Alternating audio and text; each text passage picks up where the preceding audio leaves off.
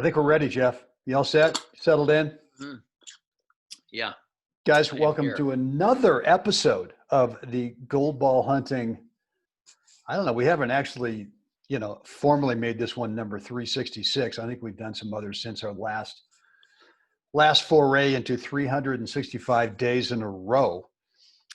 Yeah. But so before we get started today, and I know everyone can see, if you're watching the screen there, you can see that we've got a title of what we're going to kind of kick around today. But Jeff, in 25, 26, 27 words or less, what have you been up to since we last saw you? Well, let's see. I've become a surgeon.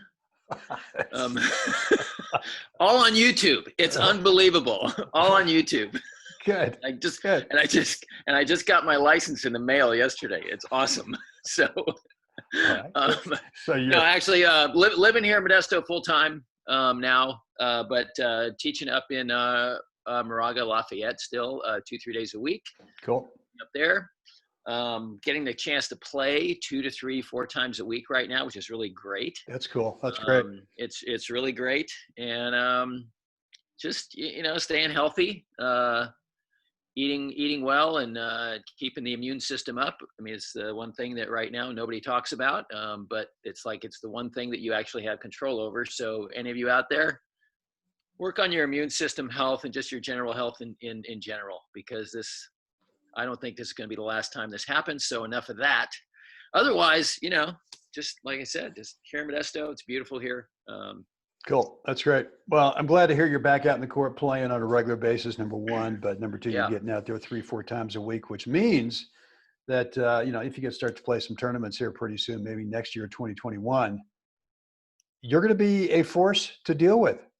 That'll be fun. I'd like to get in there and do some damage. I think I'm looking at, the grass courts is still open at the end of September, and then the clay courts in Louisiana. But just looking at the landscape of this whole thing that's going on, I think I'm going to probably pass on all of it and just go down to Irvine, assuming that Irvine is still still going to be playable in the first week of December. Okay. And play the Cat 1 hard course in Irvine. Because that's a little more manageable. Just drive in, drive out, kind of, manage the thing without getting on a plane and all that. But and then, of course, looking into the Wilson at the end of January next year to get in there and do some damage. Well, good. I'm glad that we're like in way different age groups. So, all right. Guys, if you want to, if you've got a question today, any comments, any questions, remarks, the chat box is wide open. I will be monitoring it. I'm sure Jeff will be as well. The best way to communicate with us is to address your questions and remarks to all panelists and attendees.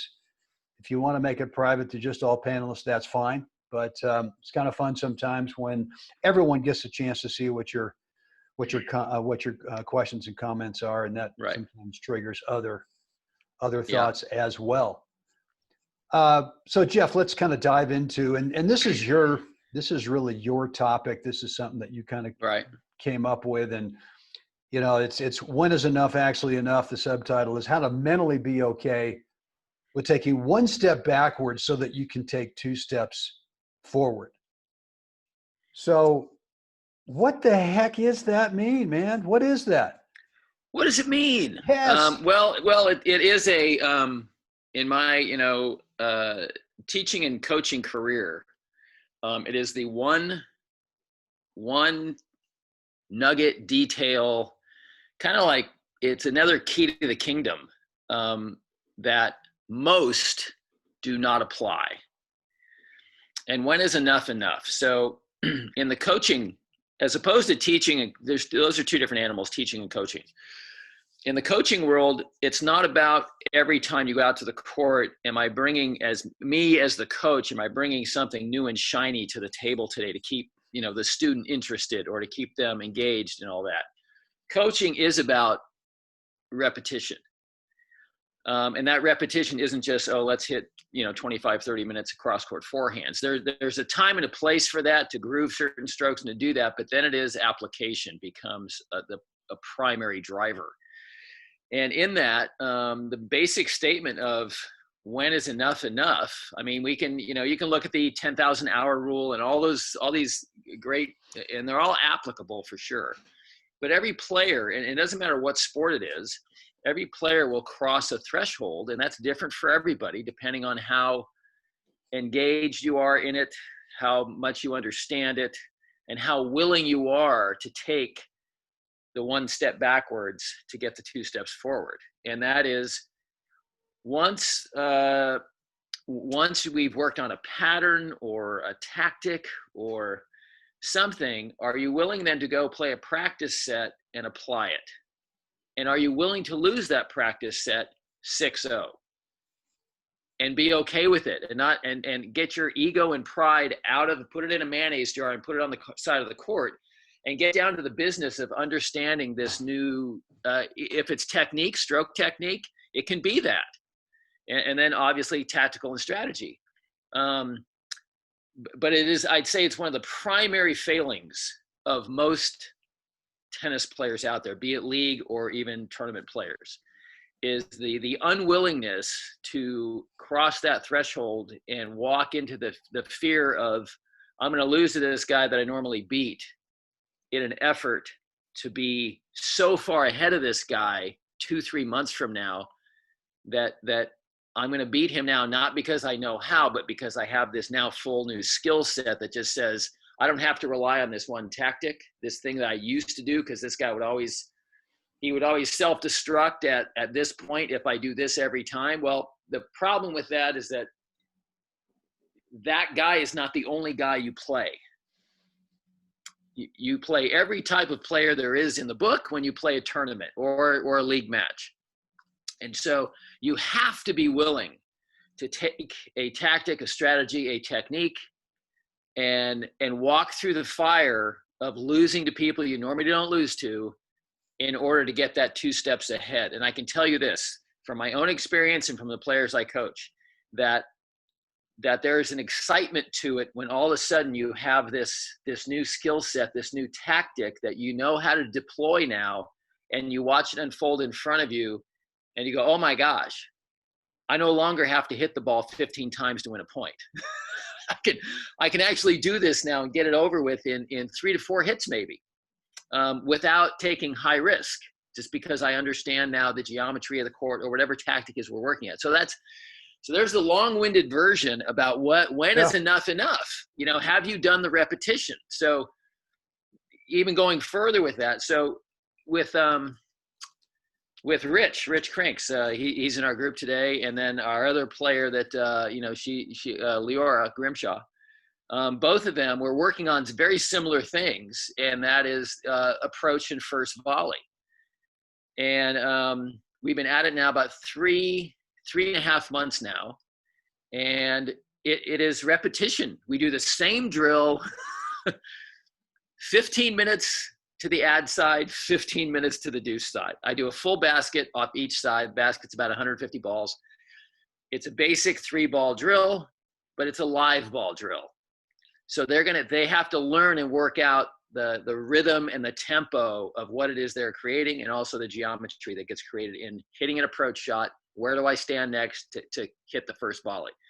So there it is, even more long-winded. That is when is enough enough. So yeah, that's good. There. That's good. I think, well, look, I mean, obviously I think everyone intellectually realizes that you go out and you get coached, you get a lesson, and it's not like, flipping a light switch. You go out there for 60 minutes and you go, all right, Jeff, here's your $100. Thanks. I'm all done. Now I've got this thing, and it's permanently embedded in you. And that's not the way it works. And for me, I definitely took more than one step backwards for a long time. I mean, like when I was with Tom Stowe, and I think that this is the key for that small percentage of players. Like if you're a club pro, what percentage of your students on a weekly basis actually are well, first of all, say, hey Jeff, I want to move up another skill level in the league thing, in my NTRP rating, or hey Jeff, I really want to be part of that gold ball hunting thing, right? how many of those students, well, there's a larger percentage that will tell you that's what I want to do, but there's a tiny percentage that will actually do the work that you recommend that they do. And I think that for me with Mr. Stowe, it was, and I think this has to be with any situation. If you're going to take a step backwards, then you've got to trust the coach that they are giving you something that will work. Because if you don't trust that coach, you're going to have voices going off all the time, on the court, off the court, just going, I don't know. I mean, best case, all right, he's the coach. He can make me look great in practice on the lesson court, but dang it, this is not realistic. I can't do this when I go out and play. Right. So I remember, I'd go see Mr. Stowe for 3 hours Wednesday mornings. I'd come back to the BTC. I'd get on the court and balls would be flying all over the zip code. And guys are just, you can see they're kind of, they're not outwardly laughing. Like, you really think that you're going to get this thing done? And I was losing. I mean, you talk about losing those 6-0 sets. I mean, I just couldn't keep the ball in the court. And yet I just kept, even though I was getting all this grief from all the guys, there was this little thing inside that told me that, well, you guys don't get it. I'm with Mr. Tom Stowe, and so I'm going to trust him, and I got to put my trust in him. Right. And I think that's a big component of this, taking one step back to be able to get 2 steps forward in your game. You got to trust your guy, or you got to trust your gal, whoever. And look, if you're on YouTube thinking that that's the person you're going to trust, no bueno, it's not going to work. So I can see where Rich, I can see where Lior, I can see where all your students, they have that trust in you, and realizing that when you're telling them, guess what, guys, you're probably going to suck on this when we actually deploy it, or when you deploy it on your own. Out here in the practice court, I can make you look fantastic, and that is part of my job, right? I mean, part of your job, Jeff, is to I have to understand it by feeling good. They got to understand it. They got to be able to execute. I have to, in the beginning, I have to be able to present a ball, especially if it's live ball. So this one drill we do is I hand feed, we're both at the baseline. I hand feed a cross court ball to Rich's backhand. He hits it cross. I want him to drive a ball. And then I let that ball go by me, and I hand feed an approach shot for him. So then he comes in, he hits a forehand approach up the line, and then I play that ball live, because I need him to feel the rhythm and the tempo. And after he hits the approach, how many steps? Well, that's different each approach, to make the first split check, to then get the hands up and then make the first volley into the open court, So I have to be able to put a ball in play that allows them to first experiencing it, do it, start to feel the nuance of that didn't feel right. This felt okay. Ooh, that felt weird. Oh, I didn't split stop. And it has to be slow enough that they can first start to feel all those different elements. And then as we're going now, as we do it now, we're 3.5 months in. Sometimes I kind of just uncork it a little bit and like, okay, here we go. And he's doing great with it, because now he has a feel of it and he can do it now. So the farther we get down the road, the less and less, I have to just lay the ball in there. But that's an absolute. It has to happen first, so the student can't understand the rhythm, the tempo, and the methodology of how do you hit an approach and then come in and split stop, and where do I stand based on what you delivered, all those elements, Yeah.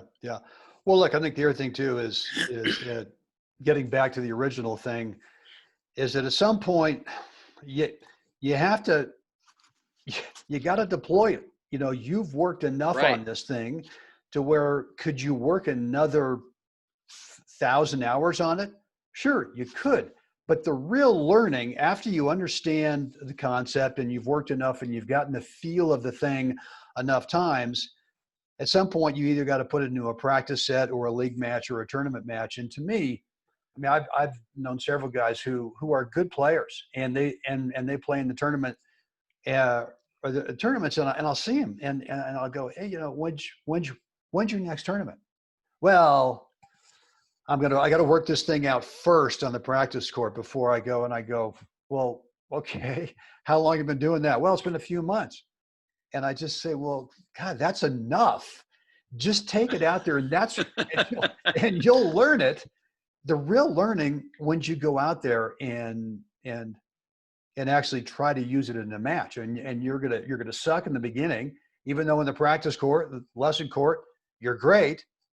But the real learning happens when you go out there and you put it to the test. And I think that's where most players who maybe don't trust their coach, or they think they trust the coach, but not enough, they just find reasons to go, I got to find something else. This is not working. Yeah. And that's the big, another big hurdle to get over is, when you're deploying this new tactic, or maybe you're tweaking your forehand and you're really focused on that, pick, if it's going to be technical, so working on a technical aspect of your swing path, or, on that day, don't dogpile. It's like, pick a stupid basic strategy. I know, since I'm working on my forehand, I think I'm going to hit every one up the middle of the court. So I can just focus on just technically get this and start to see that ball land in. But if I'm trying to play the same tactics and everything with this new tweak and technical move on my forehand, the day is not only going to be ugly. I mean, it's like, whew, call the prevention hotline, because you're going to feel like you're going to come away with a day like, oh, I lost and I couldn't do it. And it's just a long list. And so whether it's technical or tactical, you're going to suck that first, but you're going to have probably, if you pay attention to what happened during the set, there's going to be a few moments that you're going to be able to recall and go, there was, I did set a few points up really, really well. I didn't make the volley, but I sure would like to be in that situation again, because the ball was presented to me that I see what Jeff's talking about now. That's the ball that we're trying to create. That's the ball that I'd like to have at 40-15, at 5-4, 40-15 serving. That's the ball I want. Yeah. And so, anyway, well, look, I practice with lots of guys who tell me, well, I'm working on this one thing. I go, great. And so the first two games, they try that thing. And then I'm up 2-0 because they're trying the thing and they're making whatever. And the next thing you know is they instantly go back to, I can't take this. I mean, they don't say it, but you can see that they're going, screw this, screw this. I don't want to lose 6-0, right? Because there is some stupid, whatever we call it, pride or something with the fellas up there on the deck who are watching, kind of going, and you're thinking, I got to go up there after losing 6-0 to this guy that maybe I normally beat, and I got to justify what's going on. And there's so much social baloney that gets wrapped up into, can you take one step back? And I think most people, Jeff, again, I keep going back, unless you've got a coach that spells out reality, here's what's going to happen, right? Yeah. And just be ready for it. And if you can't take it, if you can't take the social, what you perceive are social ramifications, right, then I think I'm not the right guy for you. I don't know. Well, I've had that discussion with possible students, and just like, let's get out here, let's see what's going on. I may not be the guy. My methodology, my tactic, whatever, may not be the right fit, and that's true. It's true with anything, right? I mean, so it's just an interesting, from being on this side of the net. It's an interesting kind of viewpoint to watch and see people just want to fight it so badly, and not understand that it's one, yes, and you've heard me say this 365 days last year, it's okay if the other guy hits the ball, if he touches it. Right. And as Mr. Pratt, as you're right, Jeff Greenwald says, you know, when he finally allowed himself, it's okay to miss. There's a whole lot more court to hit the ball into then at that moment when you finally realize that at first it's okay to miss. Okay, so how can I reduce that factor a little bit? Well, maybe I shouldn't see, you know, I mean, and this is something I ask students a lot. And I'll say when you hit a ball up the line, when you're going for a passing shot, you're hitting a ball up the line, how much of the court do you see in your mind as up the line? And I said, if I handed you a big 6-inch paintbrush and black paint, how much from the sideline into the court would you paint black? And it's astonishing to me that most of the time it's 6 inches to a foot is what is perceived in the player's head as what they consider a good up the line shot. And they kind of like are stunned when I say, okay, well, you know how much of the line I see is up the line? If it's a forehand, it's from the center line all the way to the sideline. That's in that half of the court. That's up the line. And then it's just a matter of my opponent. How much of that do I need to start reducing my margin? It's how much. And I'd say most of the time, it's 99.9% unnecessary to hit the ball within 6 inches or 12 inches of the line for a passing shot. Most of the time, I'd say it's quite unnecessary. Yeah. Well, look, so I mean, so when you can start to get into that, you know, anyway. If you're that accurate, I think we'll put you on the tour. That is about a 40% to us.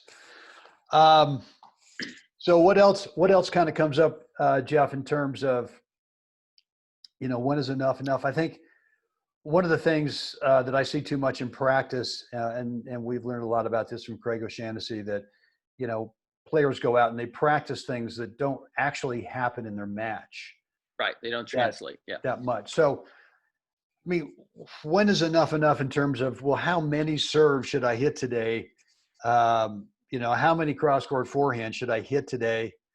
Blah, blah, blah. And to me, I mean, I used to go out there and I could go forever, you know, until my arm just went, you might want to stop because you're doing some damage to the elbow in there.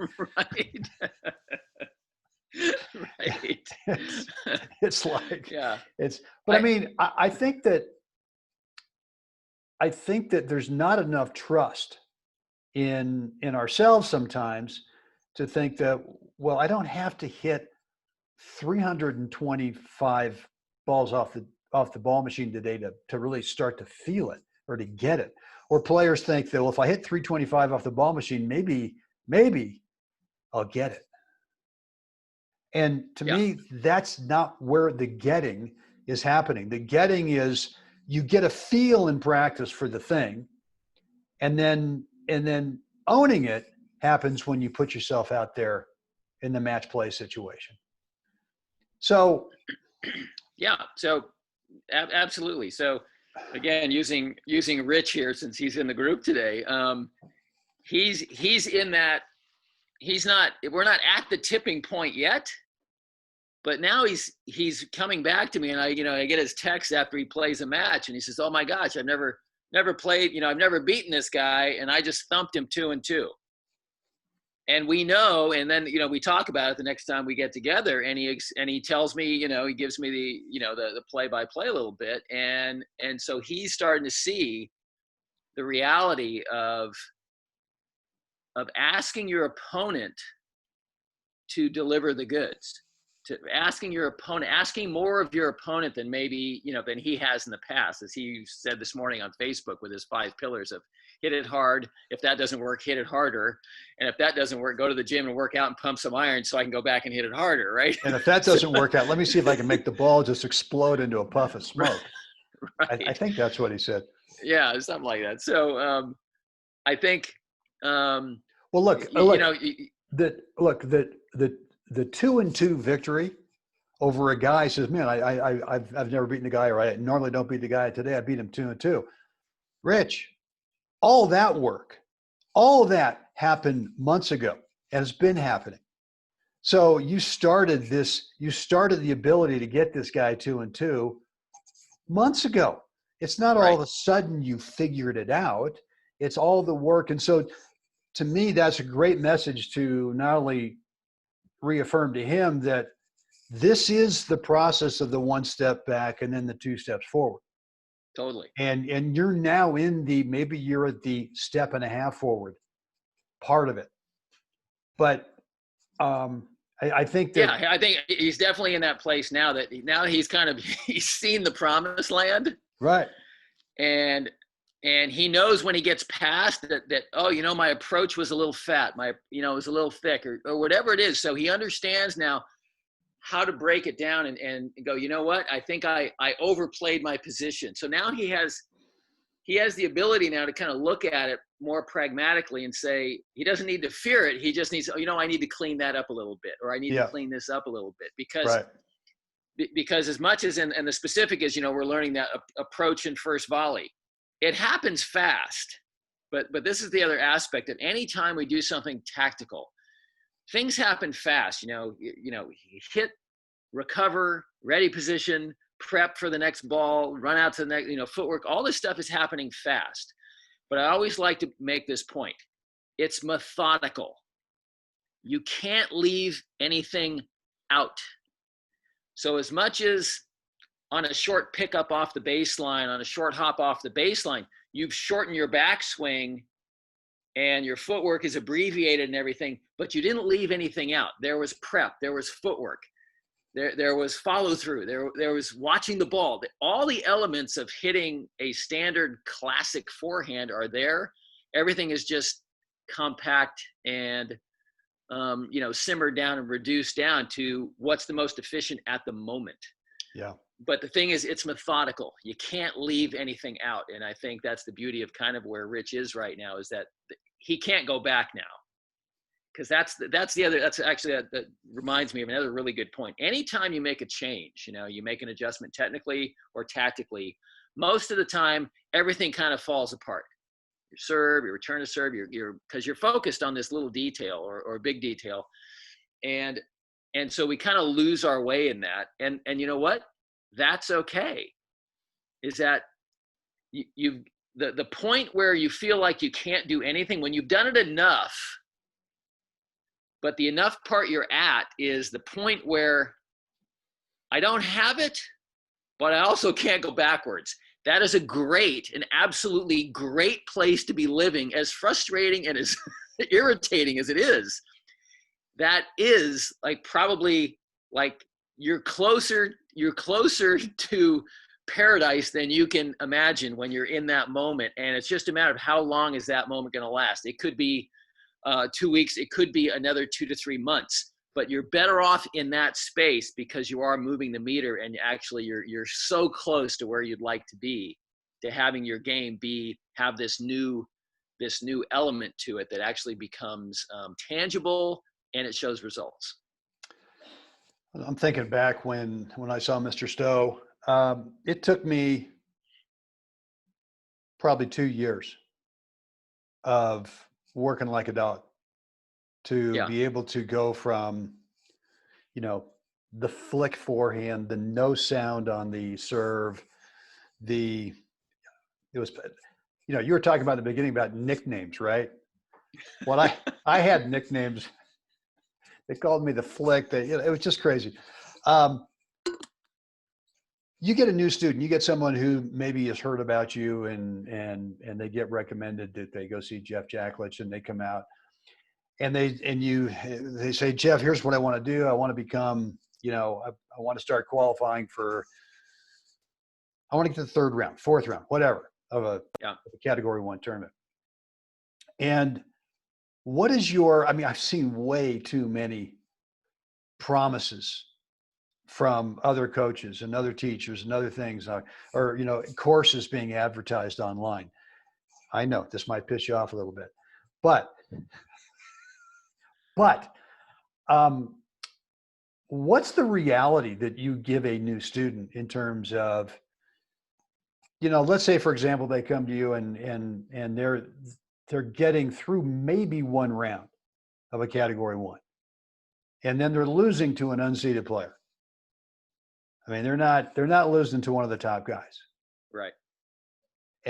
So what is your dose of reality to them in terms of here's how much work it's going to take on maybe a daily basis, and here's how long it's going to take to, I can't tell you, but how do you tee that up so that when they start the process that they realize, and that's what I loved about Mr. Stowe, because he kind of gave me, and I can't remember exactly what he said, but I came away just going, thank God. I finally found someone. I don't know how long this is going to take, but I know I'm going to work like a dog. Right. I know I'm going to work like a dog, and however long it takes, it doesn't matter because I'm giving myself to him. And right. It was 100%, right? I wasn't going to hold on to Right. anything that I'd taken. So right. So let's use you as the example there, right? So first, I hate to try to predict the future. I'm not good at it. And so let's say from an athletic 3.0, 3.5 player, you're still looking at 3 to 5 years of work to be able to develop into a player that is looking through a lens that actually understands kind of what an all-court game looks like and the nuance of things coming and going. But 3 to 5 is a crap ton of work. The biggest thing though, and I'm going to come back to you, is that it's the student who really makes the difference. Initially what I try to do is get the student to take the lenses they're looking through now and look through my lens. Can I get them to change how they view the game, what they think they know about the game, what they think or how they think the game should be played? Those two things are the biggest knots that I need to untie, because those two things are what's keeping them bound in their little tennis box, and preventing them from having success and from actually improving and being able to capture the next level, 3.5 to 4.0, 4.0 to 4.25 to 4.5 and beyond. You have to change the lens you're looking through. Otherwise you are stuck. And that is how you and I beat a lot of players who, the guys who aren't ranked in the top, the guys who are unseeded and the guys, who play, and maybe we go through those guys, sometimes it's 0-0, 1-1, 1-2.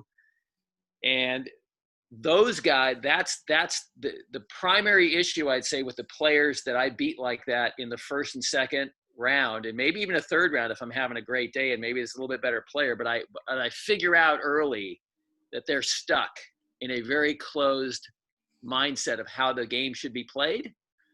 If I can figure that out early, I'm gonna beat him senseless, and not thrashing him like just hitting winners. I'm gonna tactically make some adjustments because my understanding of the game is open.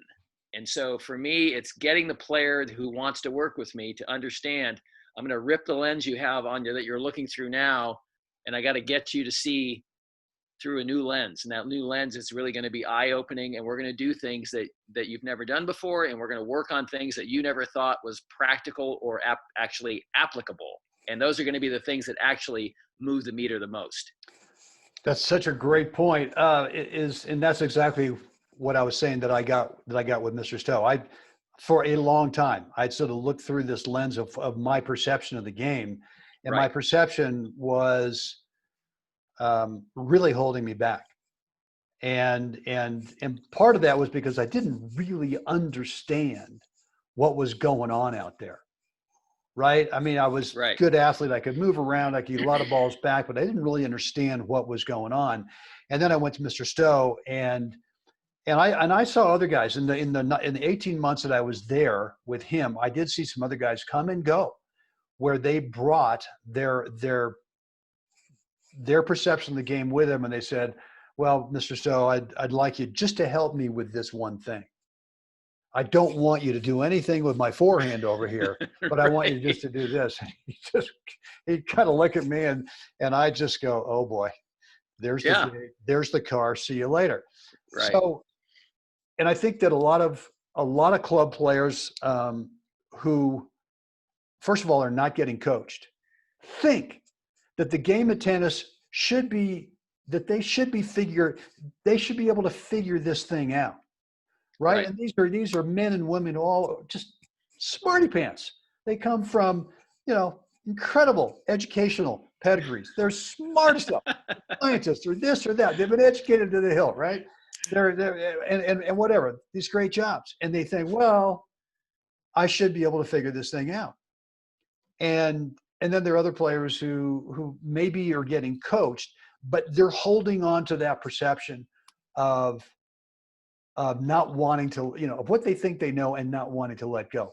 So, I think that's a good point. I think that one of the big things for me and me being able to change my game from where it was pre-Tom to not only getting together with a great coach with Mr. Stowe, but was that relief that I got that one day when I felt that relief of going, oh my God, I don't have to think anymore about how to play this game. I've got everything right here in front of me. I don't need him and then maybe go see Dennis Vandermeer over here. And then, I got everything right here. So I think that's a point that we don't talk enough about, is that, look, if you want to become a better player, stop trying to figure it out on your own. Right.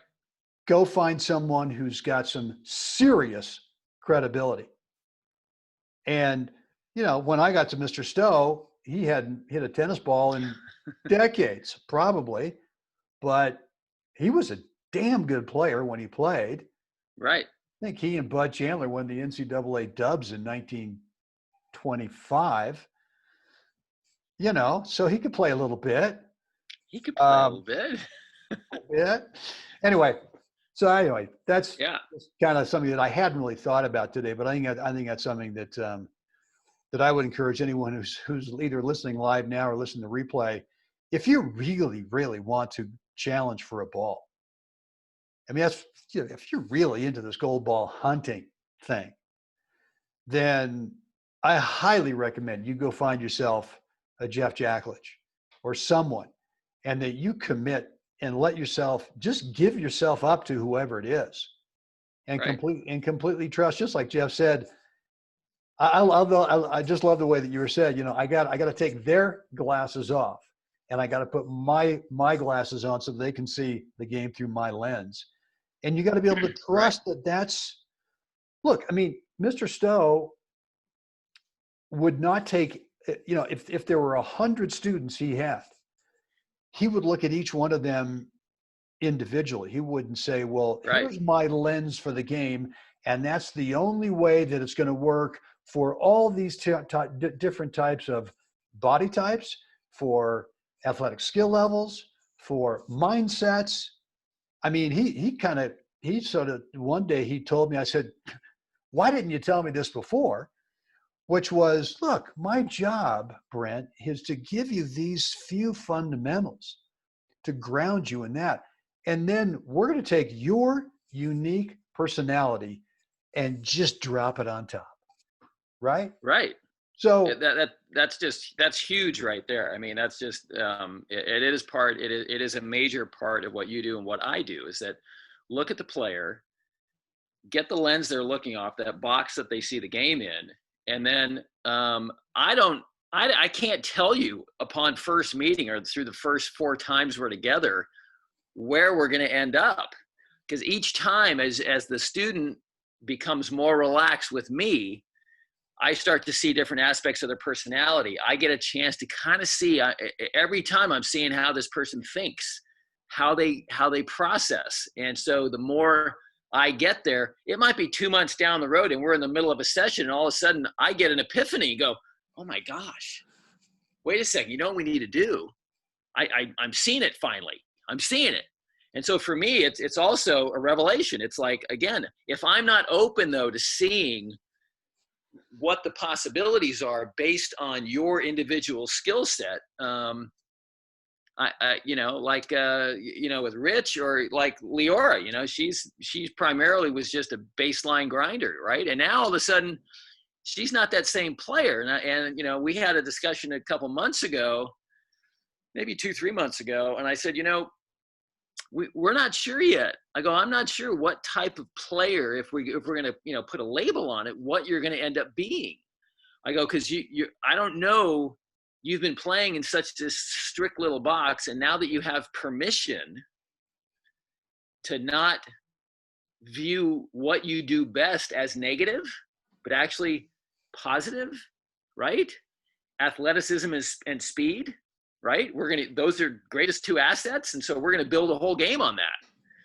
So now, you know, coming to the net and volleying, and it's like all of a sudden, so now she's starting to like go, oh, wait a second, there's a whole other part of this game now that is available to me. So now how do we integrate that and make it this great tool that's always available, and when do I deploy it, and when can I use it, and how do I get my opponents to do this? And so the fun thing for the players when they hit that point is they start to play matches and they start to win matches and beat people they haven't beaten before.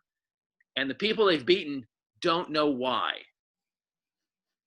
because something's different. They keep seeing like you beat a guy over and over and over again, and all of a sudden he comes out there and he beats you. You see him still in that box that you put him in, but yet he's doing something different now, but you didn't quite pick up on it early enough to do anything about it. And maybe at the end of the match, you still haven't figured it out. Anyway, but I think that's that part of it is an unknown. I can't go there and just, you know, in one meeting and you know, meet somebody and kind of go, oh, I know exactly what I got to see this thing unfold just like the student does. And I'm willing to walk down the road though with them and listen to the pain and the agony and go, okay, I get it. You know, I've been there. But I've done that. Yeah. Saddle up. Let's go. Let's get on it. Let's hey do guys, some Jeff, I want to fire a couple of comments or questions. Yeah. Guys, if you have any comments or questions, remarks, go ahead and fill up the chat area. That would be cool. I made a quick note on that it's back up the list there with from Bill Morehouse. Favorite, like, do you have to be ranked to play gold ball event? And the answer to that is no, Bill. Category 1 events are open to anybody who has a tennis racket in their hand. So there's no prerequisite to playing. Category 1, Category 2, any USTA Open national event is open to any player of any level. Only the tournaments, as you know, gold ball events are not based on level, it's based on age. So I moved into the 60s this year, and the age bracket is 60 to 65. Every age bracket is a 5-year increment. And those national gold ball events are played all around the country. There's 4 in each age bracket. So there's a national indoor, a national clay court, a national grass court, and a national hard court in each, you know, so there's 4 majors in each age category. So anyway, Bill, so and which one do we like the best? The best Category 2 on the planet is, of course, the Wilson in Palm Springs at the end of January.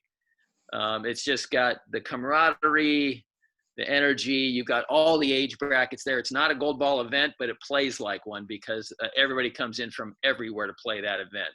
It's one of the, it's a must do stop on the schedule for sure. So good. What's Tom your is favorite, asking, Brent? if you're playing a live ball drill, how do you make sure a student split steps correctly while you're hitting the ball? Do you do it from the sidelines while watching 2 students doing the drill? Me, I listen. This is another aspect of the game that probably isn't, probably not talked about that much, but hearing the ball struck, hearing the footwork, I can hear the footwork of my student. And so even though it might be live ball, I can hear it. And also right after I make contact with the ball, as I look up, I can see whether they've floated through it or not. It's just, it's painfully obvious when the player is out of sequence. in doing this. So, but sometimes I do. Like right now, I've got I actually have Leora and Rich sometimes come out and play some sets, and I coach both from both ends of the court, and I get to see it all unfold. I got another player, Brent Buzzboom, is coming down from Reno on Friday, and he and Rich are going to play some in the Friday afternoon. So it's going to be really good. So a bit of both, Tom. But as I've been on the tennis court forever, and for me, I can hear what's going on with the footwork as well as visual. So anyway, that's the answer to that. Ohio Jacks, the Wilson tournaments, it's hard court. Hard court, yeah. It is hard court. Tom Messner, just a comment about, good point about perspective. I used to think that doubles had to be played at the net. I had to learn that if a player believes that he wants to play from the baseline, he's not wrong. He's just different. So, yeah, I mean, why would you shove someone into a playing style they just don't feel comfortable with? It just makes no sense. And are you willing, Tom, as the player, to make that adjustment if need be? I give you a short story here. Playing the Pacific Palisades, the Southwest at Pacific Palisades, the former John Wayne tennis club in Newport Beach. They have the Southwest Open there, senior event. I think I was playing the 50s, and playing with John Sutter, quarterfinals, third game in, serving at 40 love, yanked a calf muscle, like bad. I spun around. I didn't even see my serve go in. I spun around looking for the ball that hit me in the calf. And so luckily the guy missed the return. We're up 3 love, but I realized walking over to the bench that I was now crippled. And so we held on for 2 more games. And luckily a friend of ours, Dennis Kilalea, was in the watching. And so I had DK, I don't have the right stuff in my bag. So he went and got me the ace wrap and some things. And so we lose the next 2 games. And John and I are trying to figure out how to manage this now.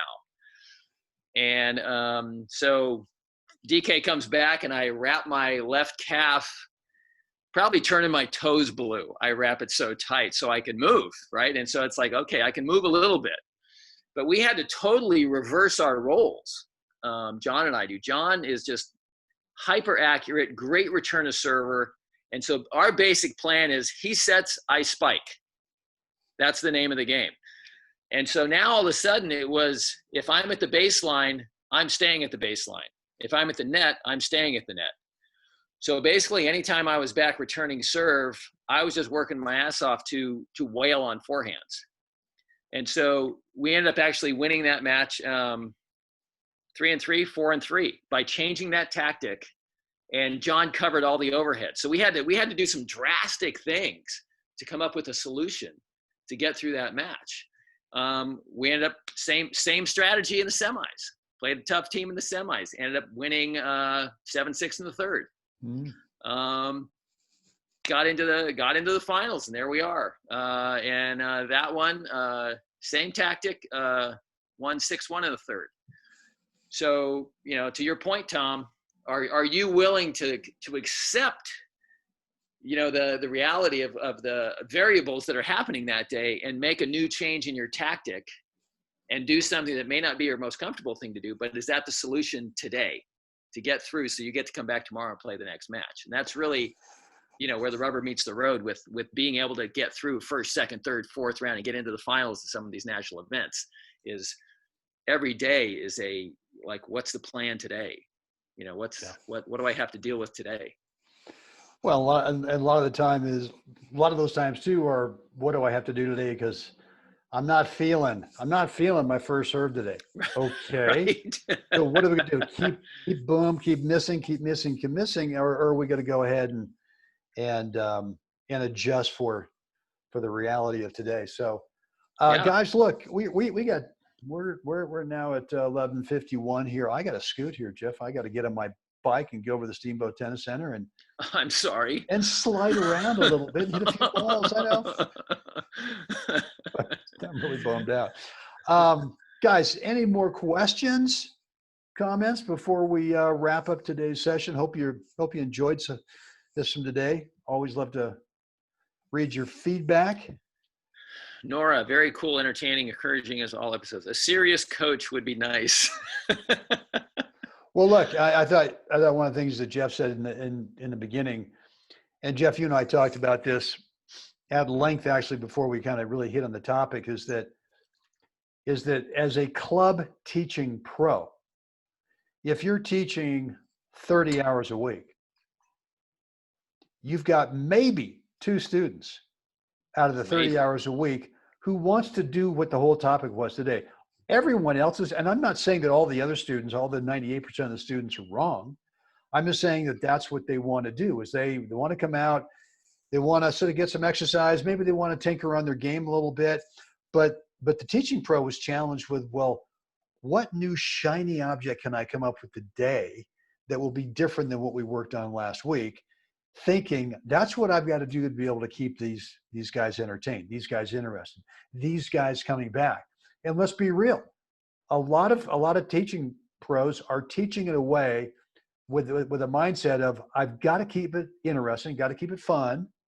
If they get better, okay, that's great, but I need them to keep coming back week after week after week.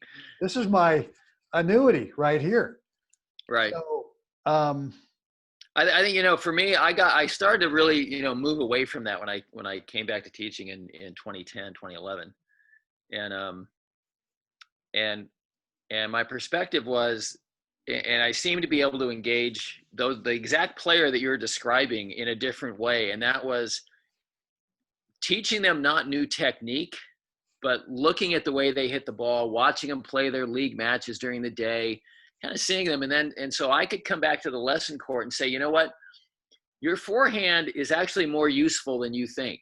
You kind of keep it in a box and you do this, but I'm going to show you some new ways to use your forehand, that we don't need to change the way you hit the ball. I just need you to change the lens you're looking through and show you how to do a few things that is going to open up, and you're going to start to see the game a little differently, and you're going to start to see that it's okay if the other team touches the ball, and those kind of elements. And so I had a lot of my students then kind of engage in that and kind of have a renewed interest in the game, because now we weren't bogged down with hitting a perfect forehand, or did you get the grip right, or did you follow through enough. Most people are task oriented. And so when I started moving them into tasks, do this. After you see that you've done that with the ball, then do this, move here. They became much more fluid on the court, and they became much more intuitive as to actually constructing a point. And when the player is involved in constructing a point, you move away from trying to win the point. And that's just a massive mental freeing of the mind. When you can move yourself out of trying to win the point and just stay in that arena of keep constructing, a lot of times the ball just doesn't come back. So true. And I think that's, just to give a big nod to Rich Krinks. He's made a massive move in that part of his game, where he is no longer concerned whether the other guy touches the ball or not. Let's say it creeps in a little bit still, Rich, I'm sure, but you've done a massively great job in moving that. And I think that's a major part, though, of why, Rich is having a lot of success right now. Look, I think, we kind of laughed about Rich's five pillars in his Facebook comments today, trying to hit the ball harder, hardest. But the reality is that when I think players are trying to end the point, meaning they're trying to hit the ball harder, they don't trust that they can be sustainable, that they can be repeatable with their strokes. They don't trust that they can stay in the point until they get this really fat, chubby sitter. And some of that is stroke technique is got a flaw. There is a flaw, right, that is keeping you back from being consistent. There's a flaw maybe in the consistency of your spacing. You're the crowd in the ball, your ball's too far away, your timing's too early, it's too late, whatever. Or it could be fitness. Uh-oh. Say it isn't Did so. I say it? Say it isn't so. Did I say it? Okay. All right. Okay. Let's see. What was my sister? Great perspective to take into life daily, especially now when every day is unique. So true. Yeah. Right. Every day right now there's new variables every day. Exactly it. Boom. The Vic. Wisdom from the older sister. Yeah. Good. Well, you better be listening. Good. All right, guys, we're going to wrap this up. On that note, guys, thanks for hanging out with us again today. A lot of fun, as always. Hope you enjoyed it. Jeff, as well, your time? Is Steamboat at 10,000 feet base, or is it 8,000? Well, downtown's around 6,700 feet. With the base in Mount Warner, is that? Base of Mount Warner is probably 7. 7. Yeah, something like that. That's why we use the green dot. Thanks, Mr. Bierman. Great having you today. All right, guys, get out there today, wherever that may be. Help someone else have a great day. Jeff, let's do this again. Can't wait. You got to figure out when. All right, boys and girls. See you guys later. Thanks, everybody. See ya.